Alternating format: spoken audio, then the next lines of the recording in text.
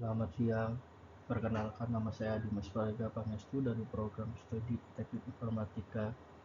Pada presentasi kali ini, saya akan membahas pengalaman kultur shock di tempat kerja baru.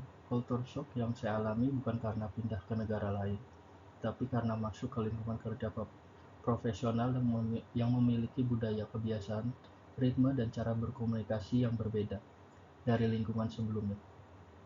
Dalam pengalaman ini saya melihat bahwa kultur shock yang terjadi termasuk campuran antara efektif, behavior, dan kognitif. Karena bukan hanya perasaan saya yang berubah, tapi juga cara bertindak dan cara berpikir saya. Pada awal masuk kerja, hal yang paling terasa berbeda adalah perubahan dari lingkungan kampus ke dunia kerja. Kalau di kampus, tugas biasanya lebih bersifat pribadi, jadwal masih relatif fleksibel, komunikasi lebih banyak dengan teman sebaya, dan kesalahan biasanya berdampak ke diri sendiri. Namun di dunia kerja, situasi berbeda. Saya harus belajar berkomunikasi profesional, memahami deadline dan prioritas, bertanggung jawab terhadap tim, serta mengikuti aturan tertulis maupun aturan tidak tertulis di kantor. Jadi yang membuat saya kaget bukan hanya pekerjaannya, tetapi juga cara kerja di dalam organisasi. Kultur shock dapat dipahami sebagai rasa gelisah, terkejut, bingung, atau kesulitan menyesuaikan diri ketika seseorang masuk ke lingkungan budaya yang berbeda. Dalam konteks tempat kerja, budaya baru itu bisa berupa nilai organisasi, aturan, aturan komunikasi, ritme kerja, cara bertanya, cara memberi update, dan ekspektasi profesional. Pada pengalaman saya, kultur shock paling terasa ketika saya belum tahu standar yang dianggap normal oleh tim.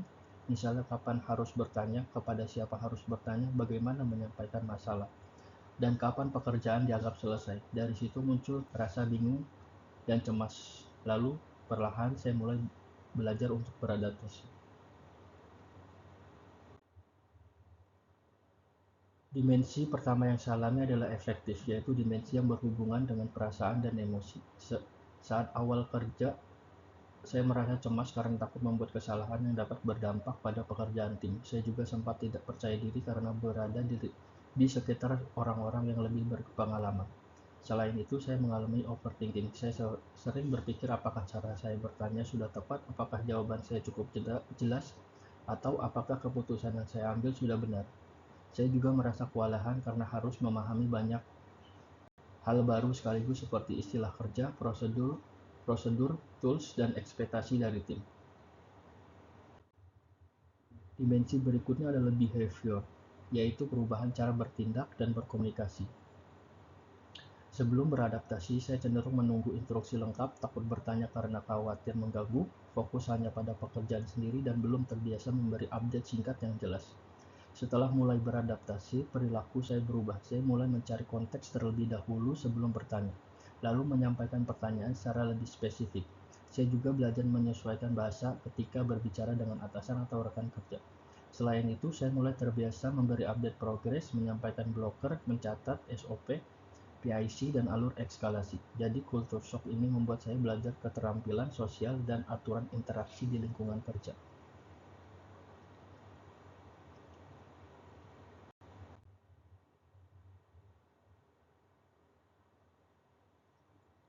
Dimensi ketiga adalah kognitif, yaitu perubahan cara berpikir dan cara melihat pekerjaan.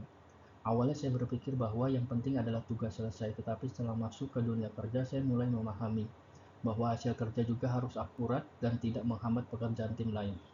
Saya juga belajar bahwa pekerjaan bukan hanya tanggung jawab individu. Di tempat kerja ada kolaborasi dan dependensi dengan orang lain, sehingga saya harus memahami hubungan pekerjaan saya dengan pekerjaan tim. Selain itu, saya belajar untuk tidak terlalu banyak berasumsi jika tidak ada komentar. Bukan berarti semuanya pasti aman. Ekspektasi, keputusan, dan prioritas tetap perlu dikonfirmasi bersama. Jika diklasifikasikan, pengalaman kultur shock saya termasuk campuran tiga dimensi, yaitu afektif, behavior, dan kognitif. Pada awalnya yang paling dominan adalah efektif. Saya merasa cemas, ragu, takut salah, dan belum percaya diri menghadapi ekspektasi kerja. Perasaan itu kemudian mendorong perubahan behavior. Saya mulai belajar SOP, memahami PIC, bertanya dengan lebih spesifik, memberi update progres, dan mengikuti alur kerja dengan lebih baik. Setelah beberapa waktu, pengalaman itu juga mengubah kognitif atau cara berpikir saya. Saya mulai melihat pekerjaan sebagai tanggung jawab tim, memahami pentingnya akurasi, kolaborasi, dan pentingnya mengkonfirmasi ekspektasi. Jadi pengalaman ini tidak terdiri sendiri, emosi, tindakan, dan pola pikir saling mempengaruhi selama proses adaptasi. Jika dilihat dari fase pengalaman saya bergerak, dari tahap orientasi sampai mulai nyaman, pada fase awal atau orientasi, saya merasa antusias dan penasaran karena masuk ke lingkungan kerja baru. Saya tertarik belajar banyak hal dan merasa tertantang. Setelah itu fase krisis. Pada fase ini, tuntunan kerja mulai terasa nyata.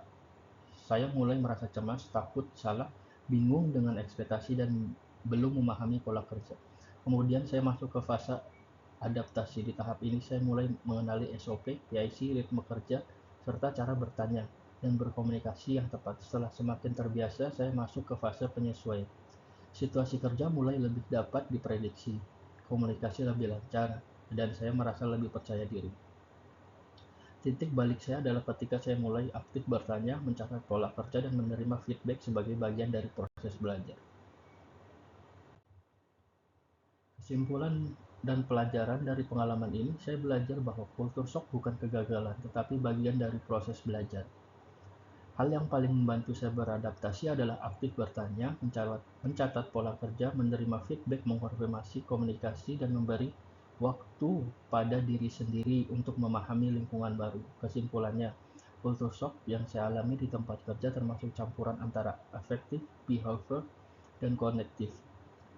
Di awal saya mengalami kecemasan dan keraguan. Setelah itu saya belajar menyesuaikan perilaku, terutama dalam komunikasi dan proses kerja. Seiring waktu, cara berpikir saya tentang tanggung jawab, kolaborasi, dan profesionalisme juga berubah. Dari pengalaman ini, saya memahami bahwa beradaptasi di tempat kerja membutuhkan proses. Semakin sering berinteraksi dan belajar dari lingkungan, semakin familiar pula budaya kerja tersebut. Sekian presentasi saya. Terima kasih semuanya.